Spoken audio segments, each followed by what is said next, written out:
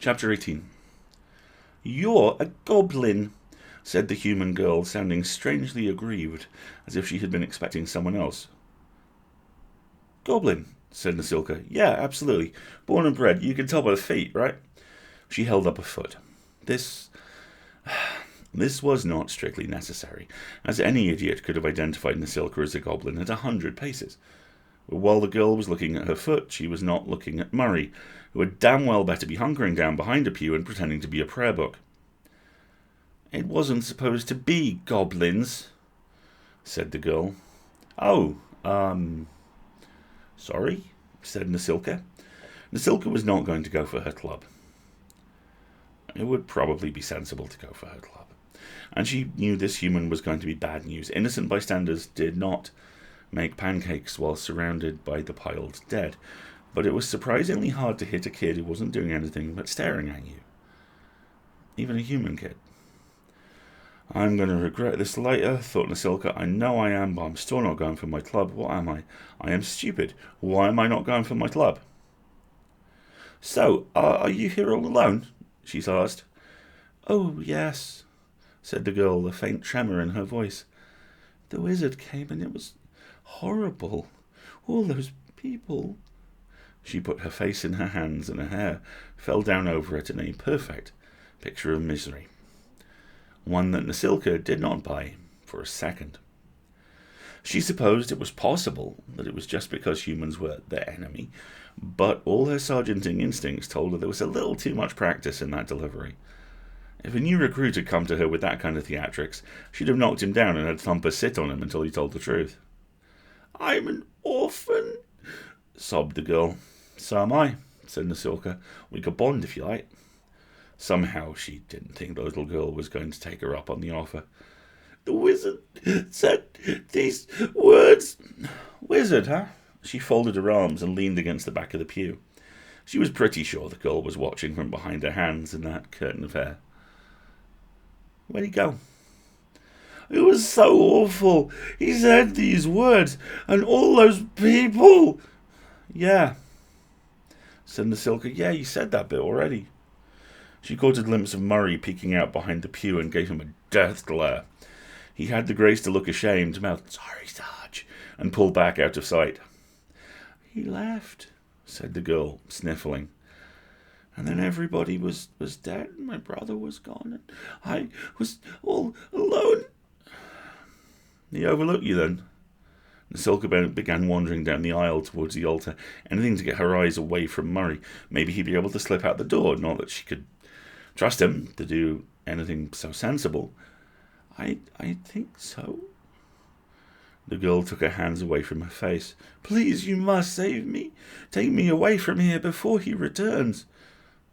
"Door's open," said Nasilka. "Why didn't you just leave and go for help?"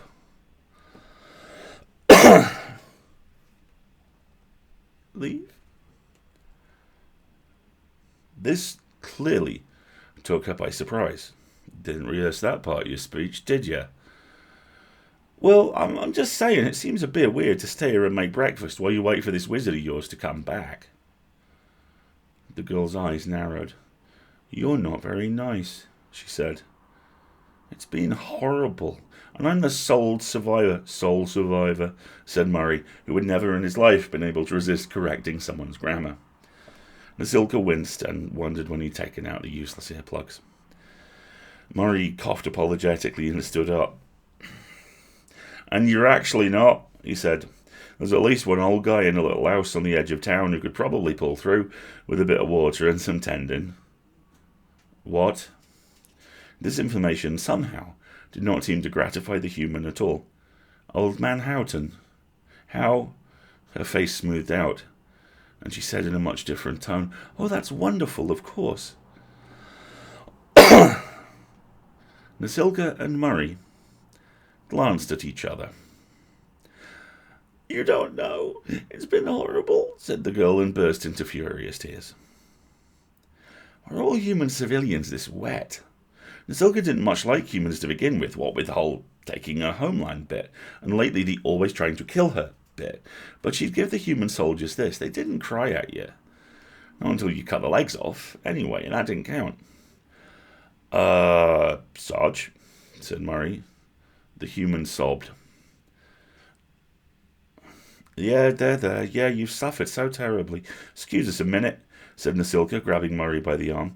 She yanked him back towards the door and hissed in furious glibber. Are you out of your mind? I think she's the one who did it, Sarge. Well, obviously. And I want to bust you back down to private for disobeying orders. But, Sarge, I think you're not going to work, said the girl in a clear, carrying voice without a trace of a sob. Nasilka wheeled around and found that the girl was between them and the door. Her hand dropped instinctively to the haft of her club. You're not supposed to be here, said the girl. You were supposed to be elves. The elves were supposed to come and take me away to find John, and you're just going to ruin everything. The human's eyes were very, very bright. Crazy light, thought Nasilka. Sane people's eyes don't look like that unless they're dying. Let's not do anything rash, said Murray, spreading his hands. We can talk about this. 10 steps, thought Nasilka. Over the back of the pew, 10 steps, clubber in the head. You won't work at all, said the girl. And if old man Houghton's still kicking around. What a mess. She sounded annoyed, but her crazy light eyes gleamed, and Nasilka knew that she was probably already too late. The sergeant lunged. She got over the back of the pew and 2 steps further, and that was all. The girl opened her mouth and tilted her head back, and a sound came out.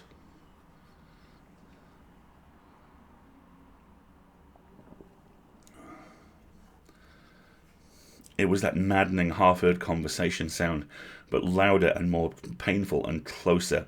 The words cut right through the centre of Nasilka's head like the teeth of a bone saw. The human's lips were hardly moving, but her throat was vibrating strangely, and great gibbering gods, Nasilka wanted to go towards it. It was important that she go towards it, but it hurt. It felt like the 2 halves of her skull were grating together, and the girl was backing away from them, but she had to get closer.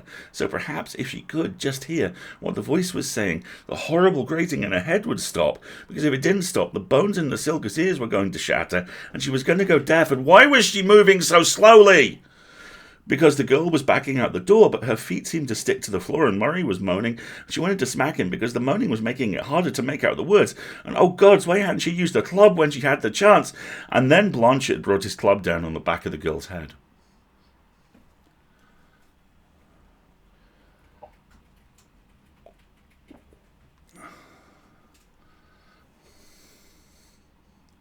The sound cut off instantly.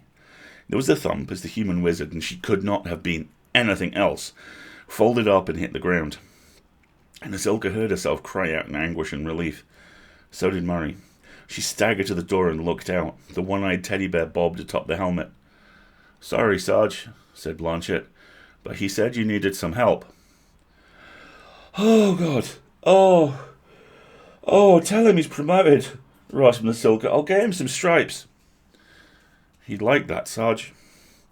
Murray looked down at the crumpled human and nudged her with one flat foot. The human groaned.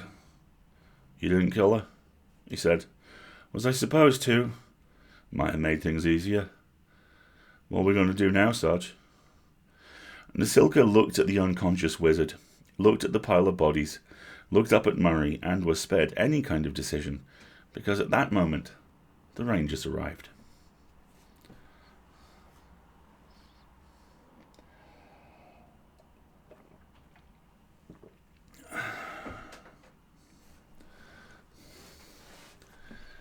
Chapter 19. There is a game that most civilized creatures play in times of great turmoil, which might best be called How Boned Are We? Nasilka and Murray were playing it now.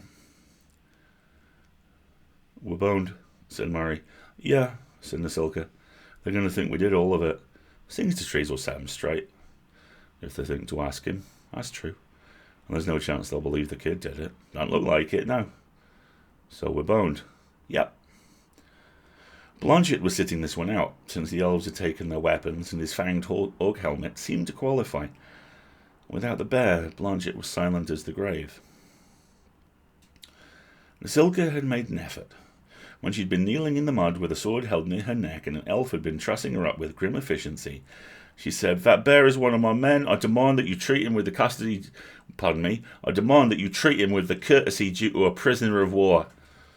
Now that had gone over about as well as you'd expect, but at least she'd seen bear, helmet and weapons vanish into a sack together, so that was something.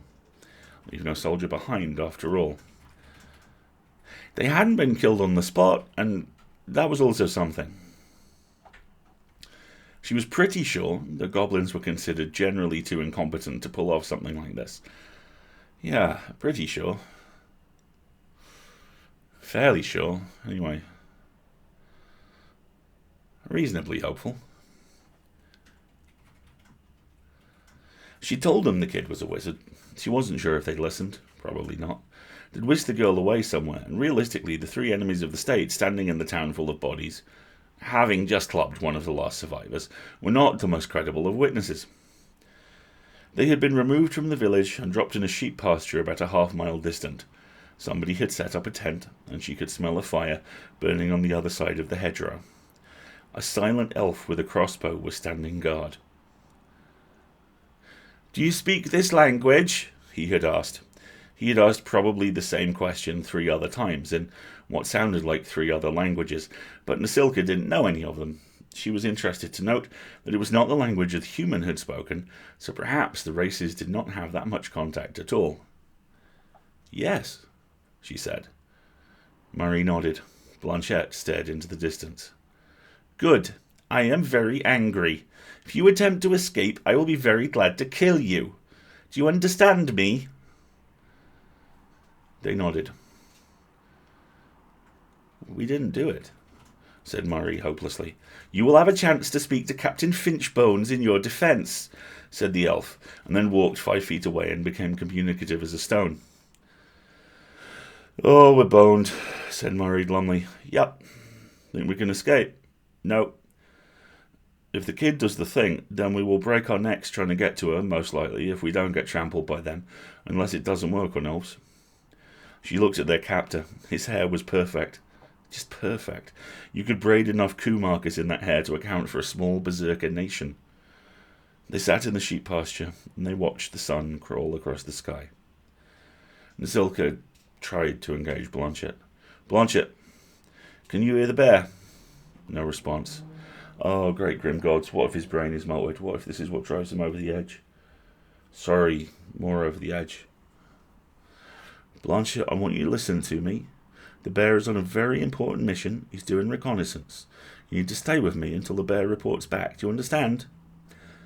He turned his head half an inch towards her, and she felt an enormous relief, captured by the enemy notwithstanding. She wiggled into a more comfortable position and leaned towards Blanchett, and that is when the elf's crossbow went click. She leaned back and addressed the sky. "Blanchett, I know you're in there. You just need to sit tight until the bear comes back, okay?" His lips moved. It might have been... Yes, Sarge. It might have been anything. The tent flap was pulled back and 2 more elves emerged. Nasilka sized them up as they approached. It was one Captain Finchbones. "One in the armour?" guessed Murray. "No," said Nasilka, who knew a bit more about command. "It's the one who looks tired." I love that. And indeed, of the 2 elves approaching, one looked exhausted. His shoulders were stooped, and his long white hair just made him look old, not ethereal. He had weary eyes. Nasilka clenched her fingers together. If you are going to be captured, and if you are a goblin soldier, this is always a possibility, it is rarely a good idea to be captured by tired people. Tired people make mistakes, and those mistakes are rarely in your favour. For every guard who dozes off or who fails to lock the prison door, you get a dozen guards who forget that they've taken the safety off the crossbow, who mistake a plea for water for an assault, or who fail to loosen the ropes before somebody's hands turn black and fall off. Tired commanders are much, much worse. Tired commanders have a tendency to want problems to just go away. Nasilka knew that she, Murray, Blanchett, and a town full of corpses added up to a colossal problem. The tired elf squatted down in the mud in front of her. He was wearing great boots and said, "My name is Captain Finchbones." "Point to you, Sarge," muttered Murray. "Do you understand this language?" "Yes," said Nasilka. She licked dry lips and racked her brain, trying to remember vocabulary. "Most. Need you explain some words?" Finchbones nodded. "I wish to make sure there are no misunderstandings. Explain to me why you were in the village." Nasilka hardly knew where to begin. "We were in woods. We heard very strange noise." Should she mention Singster Trees? If they went to his farm, they'd find the rest of the regiment. Oh, damn it. "A magic noise. We had to walk to it." "Why were you in the woods?" asked Finchbones. "A wizard..." Oh, damn, what was the word for transported? "Moved us." Finchbones' eyes went up at that. "A goblin wizard?" No. That was all they needed to have the elves thinking that they had wizards that could dump whole regiments behind enemy lines. No, human. "Why did a human wizard send you into my people's lands?" Murray muttered, "Careful, Sarge," in Glibber. The elf behind him made a warning noise. Nasilka sighed. There really was no answer that was going to paint them in a good light, so she may as well be honest. At least if they were prisoners of war, there was supposed to be rules about how they were treated. In battle, Ranat wizard. Her hands were tied, but she managed a vague pantomime of attack with her head and one shoulder. Finchbones nodded. Wizard moved. We moved too. Then we were in woods. Murray cleared his throat. Apparently he spoke this human dialect better than he spoke Elvish. "We think he was trying to run from the battle, but he brought all of us with him." Nasilka winced a little at all of us, but presumably that could apply to 3 people as easily as 9. Finchbones shifted so that he was addressing both Murray and Nasilka. "Where is this wizard now?" Nasilka shook her head. "Asleep." That wasn't the right word, but it was as close as she was going to get. "Left wizard asleep in woods." "Dead?" "No." "Unconscious," said Murray. Finchbones nodded. Nasilka tried to explain that they'd given the wizard some water and put a blanket over him, but she wasn't sure how much of that came through, or whether Finchbones believed her. She hated not being able to speak clearly. It made her sound stupid, and people thought goblins were stupid enough already. "Who is in command?" "I am," said Nasilka. "I am..." She looked helplessly at Murray. "Sergeant," said Murray. "Sergeant Nasilka, I am in command." She licked her lips again. "I ask fairness.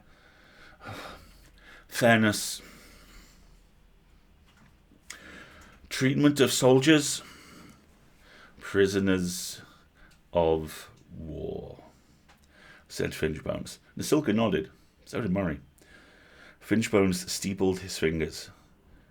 "And yet the people you have killed were not soldiers."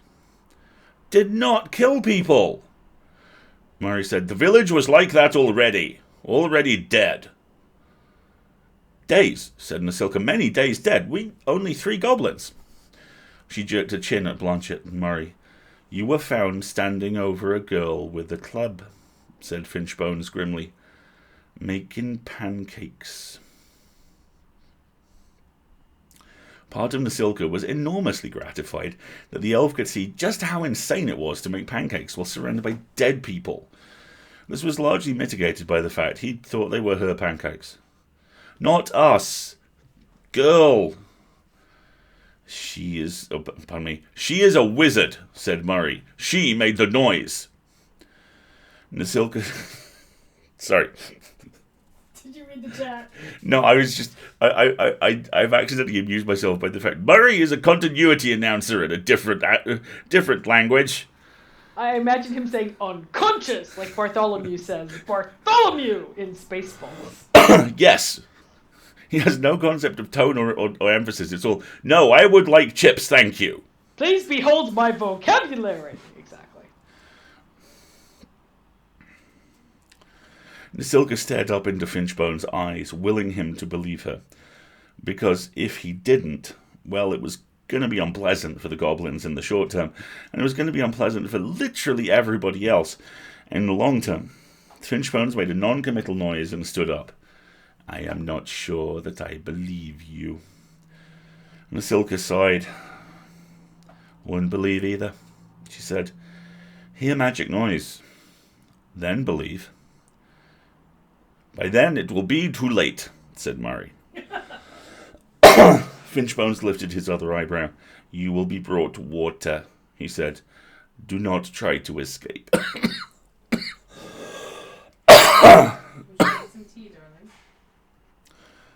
Nasilka snorted. Where we go? There's that, said Finchbones and walked away. I'll now take a minor hydration break. That may be my favourite line in the entire novella. So the one in the armour? No, it's the one that's tired.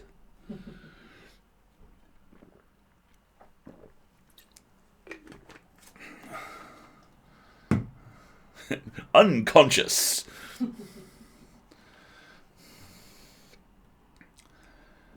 Singster had found the wizard, for all the good it was doing him. He hadn't been hard to find. The Cividian had dumped Sings directly in front of the young human's campfire. It wasn't a large campfire, but it was perfectly serviceable, and the wizard was feeding it twigs and making no attempt to hide the smoke or indeed his presence in the forest. Sings could tell it was the wizard because he was still wearing the Silkus cloak. Badly cured goat hide clashed oddly with the human's military uniform. Also, the wizard's response to having a skeletal deer leap out in front of him and a bruised and whimpering elf fall off its back was to say, oh, that was it. He didn't even make eye contact with Sings. This was all very well as far as Sings was concerned, because he didn't really want someone looking at him right at that moment. He was curled around bruises that would have felled a trained warrior, let alone a veterinarian. The Cividian rattled and stamped a hoof. The wizard fed another twig to the fire. Sings dragged himself upright and said, "Oh, are you the wizard?" The wizard looked at his face briefly and then back at the fire. Yes? He sounded unsure. Did you come through it? Sings had to stop and translate mentally from the goblin tongue. A hole in the air. Yes. There were goblins with you? The wizard nodded. Lots of them. I ran away. They came with me through the hole. He gave Sings the trees a brief, determined look. I make holes. Good for you, said Sings. Are you injured? No. The goblins said you were unconscious. The wizard nodded again. Lots of them came through the hole. They were very heavy. Sings realized this was all the explanation he was going to make. My name is Singstertrees. My name is John. I live here in the woods, a few miles away. John was silent for so long that Singstertrees started thinking of another question, but then the wizard seemed to realize that something else was expected of him. I live in the village. Elliot's Cross? He looked worried. Sing said, That's a nice place, and the wizard visibly relaxed. Poor soul, he's trying. Folks like this shouldn't be in wars, even if they are good at it. Were you trying to get back there? Yes, but lots of them came through the hole. He furrowed his brow. Sings had an impression not so much of lack of intelligence, but of lack of ability to communicate. When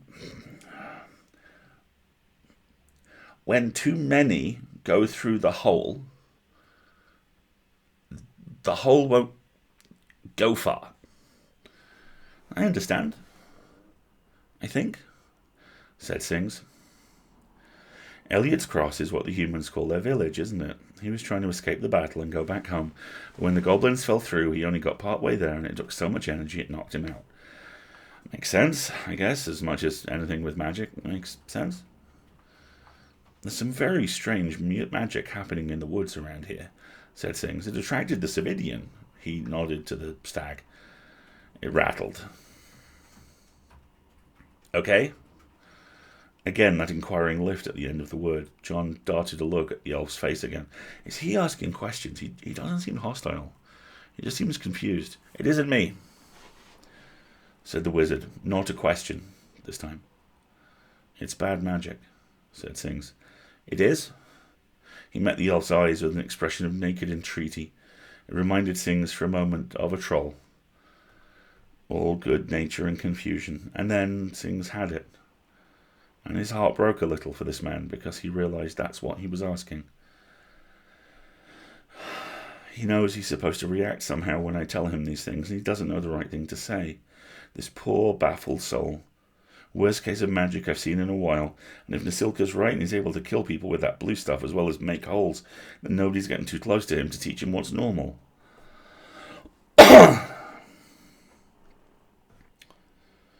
It's killing people, said Sings.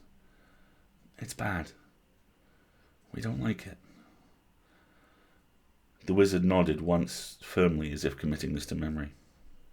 Sorry, he said after a moment. I get confused. That's okay, said Sings.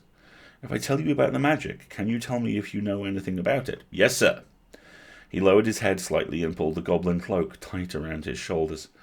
Sings to Trees had the feeling that no one had ever listened to him so intently in his entire life. The forest itself seemed to quiet down out of respect for the intensity of the young wizard's concentration. It's some kind of sound. It's as if you can almost hear a conversation, but you can't make out the words. It makes you try to get closer, no matter who's in the way. People run towards it for miles. In fact, he stopped there, because John had sat bolt upright. Some of the vagueness vanished from his face, replaced with dawning horror. It's Lizabeth, he said, and it was clear he knew exactly what he felt about that. That's her power. She makes the voice. Lizabeth.